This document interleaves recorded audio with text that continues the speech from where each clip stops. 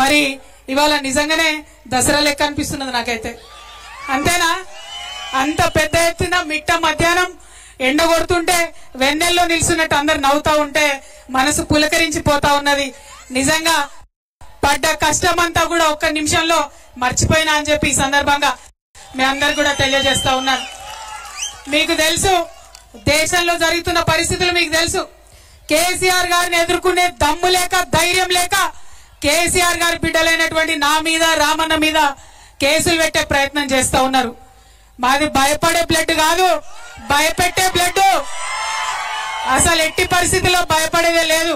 మేము తప్పు చేయలేదు కాబట్టి నా మీదైనా రామన్న మీదైనా కావాలంటే ఇంకెవరి మీద కేసు పెట్టుకున్నా బీఆర్ఎస్ నాయకులం నిప్పు కనికల్లాగా బయటకు వస్తామని చెప్పి ఈ సందర్భంగా తెలియజేస్తా ఉన్నా.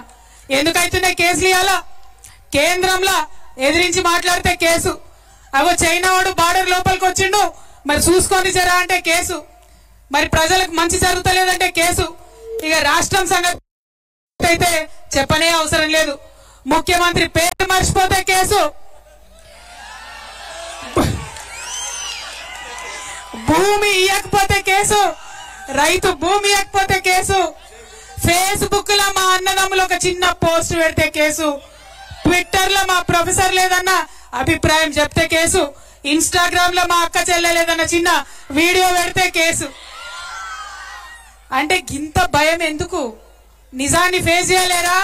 మేం లేమా 10 ఏళ్ళ అధికారంలో? ప్రజలు మమ్మల్ని అనలేదా మాటలు? భరించినాం. ఎందుకంటే బరువు ఎత్తుకున్నాడు, బాధ్యత ఉన్నాడు, 10 మందికి పని చేయాల్సినోడు ఓపికతో ఉండాలి. ప్రజలకు కష్టాలు వస్తాయి, వాళ్ళకి ఇబ్బంది అవుతుంది. ఇబ్బంది అయితే నువ్వు పరిష్కారం చేస్తావనే నీకు నాయకత్వం ఇస్తారు, ఉట్టిగానే ఇయ్యరు, టైంపాస్కి ఇయ్యరు. మరి ఆ విషయం మర్చిపోయి ఇవాళ కేంద్రంలో గాని రాష్ట్రంలో గాని ఎదురు మాట్లాడితే కేసులు పెట్టేటటువంటి పరిస్థితి ఉంది. అందుకే చెప్తా ఉన్నా, ఈ కేసులు మమ్మల్ని భయపెట్టలేవు. ప్రజల నుండి వచ్చిన వాళ్ళం, ఉద్యమం చేసి తెలంగాణ రాష్ట్రం సాధించుకొని తీసుకొచ్చినటువంటి గులాబీ పార్టీ వాళ్ళం. ఖచ్చితంగా గట్టిగా నిలబడతాం, ప్రజల పక్షాన ఉంటామని ఈ సందర్భంగా తెలియజేస్తా ఉన్నా. మరి ఇక్కడ మా ఆడపిల్లలు చాలా మంది వచ్చినారు, డిగ్రీ చదువుకున్న పిల్లలు చాలా మంది వచ్చినారు. వాళ్ళందరూ నేను అడుగుతా ఉన్నా, నీకు స్కూటీలు వచ్చినాయా? వచ్చినాయా బిడ్డ? ఆ కెమెరా వాళ్ళు అసలు చూపిరు, మా వాళ్ళు చెప్తున్నారు స్కూటీలు రాలేదట. ముఖ్యమంత్రికి పోయేదాకా తెలవాలి ఈ సంగతి, స్కూటీలు రాలేదట. మా అక్క చెల్లెలు ఉన్నారు, ఎవరికన్నా తులం బంగారం వచ్చిందా? తులం బంగారం వచ్చిందా? ఎవరికైనా 2500 వచ్చినాయా? महालक्ष्मी स्कीम వచ్చిందా? ఏమీ లేదు. या हमारे इतने सारे मुसलमान भाई है, बहुत सारे बातें करे, क्या बोले 4000 करोड़ देते एक साल में, बोले कुछ दिए साहब? कुछ आया क्या? इमाम मौजनों को तक तनख्वाह नहीं आया था, हम लोग पूछे असेंबली में, उसके बाद डर के रिलीज करे. लेकिन आज तक जो मुसलमान स्टूडेंट को क्या बोले, 10वीं पास हो गए तो 25,000, इंटरमीडिएट पास हो गए तो 50,000, डिग्री पास है तो 1 लाख, उनके मर्जी में जो आए बोले. एक भी आज तक उनका वादा पूरा नहीं हुआ. और खासकर हमारे मुसलमान भाई बहनों से मैं बोलना चाहती हूँ, क्या बोले थे कांग्रेस वाले, शादी मुबारक में स्पेशली मुसलमानों को 1,60,000 रुपये दूंगा, उसके साथ साथ 1 तोला सोना भी देते बोले. किसी को मिला क्या अम्मा? कहीं आया क्या किसी को? ఇప్పటిదాకా కూడా కేసీఆర్ పైసలే వస్తున్నాయి. గవే 2000 గవే కేసీఆర్ సార్ ఇచ్చిన పైసలే ఇప్పటిదాకా వస్తున్నాయి. బీరాల్ వారికి నానాడు మేము ఇస్తాం 4000, అధికారంలోకి రాగానే ఇస్తాం 4000 అన్నారు.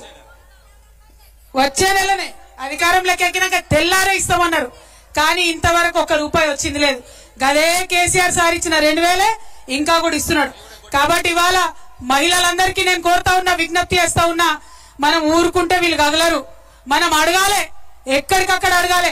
ఏమైనాయి మా మహాలక్ష్మి పైసలు, ఏమైంది మా తులం బంగారం, ఎక్కడున్నారని అడగాలి. కాంగ్రెస్ వాళ్ళు వస్తారు కదా గల్లీలకు మాట్లాడడానికి, నిలదీయండి వాళ్ళని, ఖచ్చితంగా అడగండి ఒకసారి. అడగకుంటే ఇచ్చేటటువంటి ప్రభుత్వం ఇది కాదు, అడగకుంటే ఇచ్చేటటువంటి ప్రభుత్వం ఇది కాదు. కాబట్టి ఎక్కడికక్కడ నిలదీద్దాం, మీ వెంట నేనుంటా, ప్రతి చోట నిలదీద్దాం. మా ఆడబిడ్డలకు రావాల్సిన డబ్బులేందని అడుగుదాం. ఇవాళ ఒక గుర్తు పెట్టుకోండి, ఈ సంవత్సర కాలంలో మనకు పెంచిన పెన్షన్ ఇచ్చుంటే 2000 బదులు 4000 ఇచ్చుంటే ఒక్కొక్క ఆడబిడ్డకి ఇవాళ 24,000 అకౌంట్ లో ఉంటుండే.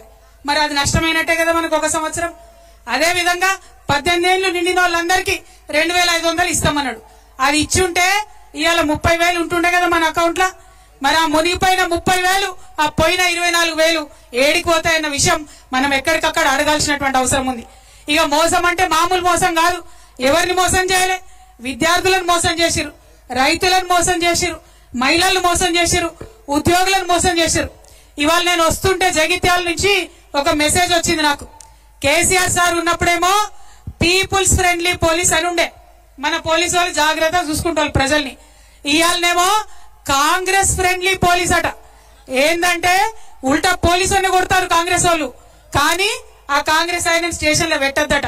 వచ్చి బరబర మంచిగా కాంగ్రెస్ ఎమ్మెల్యే తీసుకొని వెళ్ళిపోయింది ఆ నాయకుడిని. ఇవాళ ఓన్లీ కాంగ్రెస్ ఫ్రెండ్లీ పోలీస్ నడుస్తుంది రాష్ట్రంలో, పోలీసుల జులుం నడుస్తుంది రాష్ట్రంలో. కాబట్టి నేను